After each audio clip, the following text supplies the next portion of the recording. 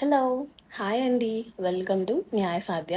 ఈరోజు మనం AP junior civil judge ఎగ్జామ్‌లో చాలా ఆబ్జెక్షన్స్ ఉన్నాయి గదా! సో, చాలామంది 15 ఆబ్జెక్షన్స్ అని అంటున్నారు.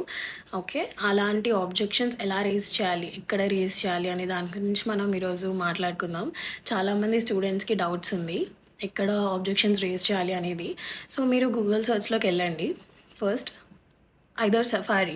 ఐఫోన్ యూజ్ చేసేవాళ్ళు సఫారీ, లేదంటే ఆండ్రాయిడ్ యూజ్ చేసేవాళ్ళు గూగుల్ సెర్చ్‌లోకెళ్ళి అక్కడ మీరు ఏపీ హైకోర్ట్ అని సెర్చ్ చేయాలి. ఓకే. ఏపీ హైకోర్ట్ అని సెర్చ్ చేసిన తర్వాత మీకు ఏపీ హైకోర్ట్ అనే ఒక లింక్ కనిపిస్తుంది. ఆ లింక్‌లోకి మీరెళ్ళాలి. ఓకే.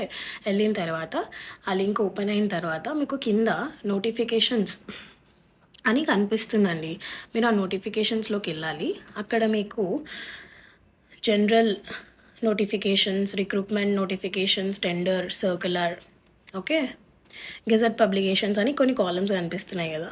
అందులో మీరు రిక్రూట్మెంట్ నోటిఫికేషన్స్‌లోకెళ్ళాలి.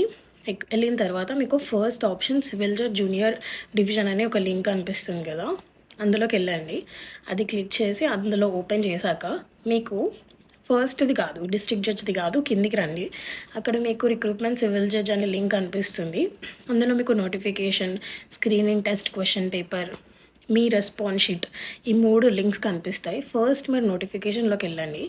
నోటిఫికేషన్‌లోకెళ్ళిన తర్వాత వాళ్ళు మీకు నోటిఫికేషన్ ఇస్తారు ఫస్ట్ పేజ్‌లో. క్యాండిడేట్స్ ఎవరికైతే ఆబ్జెక్షన్స్ రేజ్ చేయాలో వాళ్ళు 23rd 7th 2025 బై 5 PM లోపు మాత్రమే అప్లికేషన్ చేయాలి అని చెప్పేసి ఒక నోటిఫికేషన్‌లో ఫస్ట్ పేపర్‌లో చెప్తుందనమాట.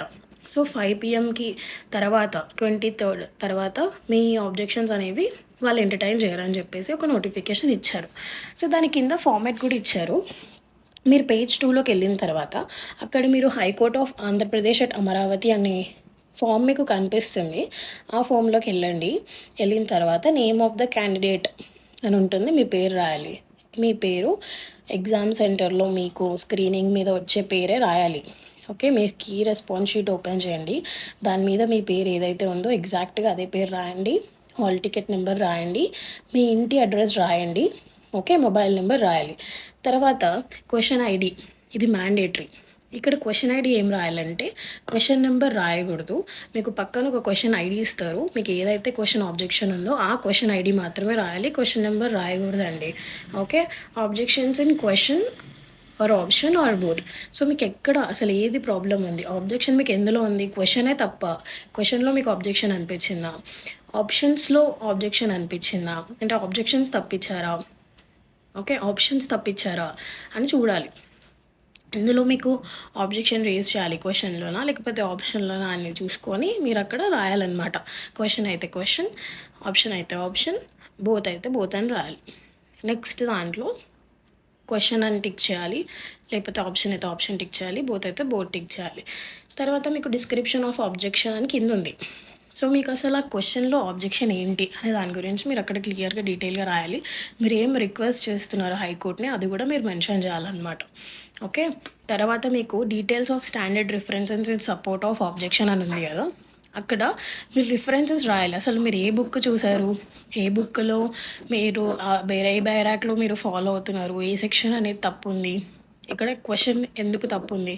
అనేది మీరు ఒక బుక్ రిఫరెన్స్ యూజ్ చేస్తారు కదా! ఆ రిఫరెన్స్ నేమ్ అక్కడ రాయాలి. ఆ బుక్ నేమ్ రాసి ఆ సెక్షన్‌ని ఆ బైరాక్ పేపర్‌ని స్క్రీన్‌షాట్ తీసుకోండి. ప్రింట్ ఔట్ తీసి ఈ ఫామ్‌కి మీరు పిన్ చేయాలి. ఓకే. నెక్స్ట్ పేపర్‌లో మీకు ఇంకొక కాలమ్ ఇచ్చారు. ఇక్కడ మీ సెంటర్ నేమ్ రాయాలి. మీరు ఏ సెంటర్‌లో అయితే ఎగ్జామ్ రాసారో ఆ సెంటర్ నేమ్ రాసి, signature of candidate me signature రాసి, ఆ డాక్యుమెంట్స్‌ని పిన్ చేసి మీరు పోస్టల్ త్రూ పంపియాలనమాట. ఇది ఓన్లీ పోస్ట్ త్రూ మాత్రమే పంపియాలండి. ఓకే. మీరు వాట్సాప్‌లో గానీ, మొబైల్, ఈమెయిల్ ఇవన్నీ చేసినా వర్కౌట్ అవ్వదు. సో, మీరు స్పీడ్ కొరియర్ పోస్ట్‌లో పంపియాలి. ఓకే. ఇలా పంపియాలండి. ఇంకొక డౌట్ ఏందంటే ఫామ్‌లో అన్ని క్వెషన్స్ ఒకటేసారి రాయాలా? స్పేస్ లేదు గదా! అసలు అన్ని క్వెషన్స్ ఎట్లా పడతాయని చాలామందికి డౌట్ ఉన్నాయి. సో, ఇక్కడ ఒక్కొక్క క్వెషన్ ఒక్కొక్క ఫామ్. సో, మీరు ఎన్ని క్వెషన్స్ ఉంటే అన్ని ఫామ్స్ డౌన్‌లోడ్ చేసుకోండి. అన్ని ఫామ్స్ ప్రింట్ ఔట్ చేసుకోండి. ఒక క్వెషన్ ఒక ఫామ్‌లో రాయాలి. సో, అలా మల్టిపుల్ ఫామ్స్‌ని మీరు పిన్ చేసి పోస్టల్ కొరియర్‌లో పంపియాలి. Okay. 23rd is the deadline. వాళ్ళకి పోస్ట్ 23rd లోపల రావాలి. హైకోర్టుకి మీ పోస్ట్ రావాలన్నమాట 23rd లోపల. ఓకే. ఆబ్జెక్షన్స్ ఏం రేజ్ చేయాలి అని చెప్పేసి నేను మీరు ఇంకొక వీడియో చేస్తాను. అసలు ఏమేమి క్వశ్చన్స్ ఆబ్జెక్షన్స్ ఉన్నాయి, అసలు మీరు ఏమేమి రేజ్ చేయగలుగుతారు, అసలు 15 క్వశ్చన్స్ ఆబ్జెక్షన్స్ ఉన్నాయా లేవా అనే దాని గురించి మీకు ఒక వీడియో ఉంది. ఆ వీడియో చూసి ఆబ్జెక్షన్స్ రేజ్ చేయండి. ఓకే. అసలు 15 క్వశ్చన్స్ ఆబ్జెక్షన్స్ లేవండి, ఒక 2, 3, 4 ఆబ్జెక్షన్స్ ఉన్నాయి అంతే. సో ఆ వీడియో నేను ఇక్కడ మీకు ఈ ఈ వీడియో కింద లింక్ పెడుతున్నాను డిస్క్రిప్షన్లో. ఆ లింక్లో మీకు ఏమేమి ఆబ్జెక్షన్స్ ఉన్నాయి, ఏమేమి క్వశ్చన్స్ ఉన్నాయి అనేవి క్లియర్గా మీకు కనిపిస్తుంది. సో ఆ వీడియో లింక్ ప్రెస్ చేసి మీరు ఆబ్జెక్షన్స్ చూసి ఆబ్జెక్షన్స్ రేజ్ చేయండి. ఓకే. ఇంకేమైనా డౌట్స్ ఉన్నా మీరు కామెంట్స్లో అడగండి, నేను మీకు కంపల్సరీగా రిప్లై ఇస్తాను. ఇంకెలాంటి వీడియోస్ అయినా మీకు సజెషన్ ఇవ్వాలనుకుంటే ఇవ్వండి, నేను మీకు లా పరంగా, లా సబ్జెక్ట్ పరంగా కూడా హెల్ప్ చేస్తాను. అలాంటి వీడియోస్ నేను క్రియేట్ చేసి యూట్యూబ్ ఛానల్లో పెడతాను. Okay. Thank you. Welcome to Nyaya Sadhya. And please like and subscribe చేయండి, మర్చిపోకండి. బాయ్.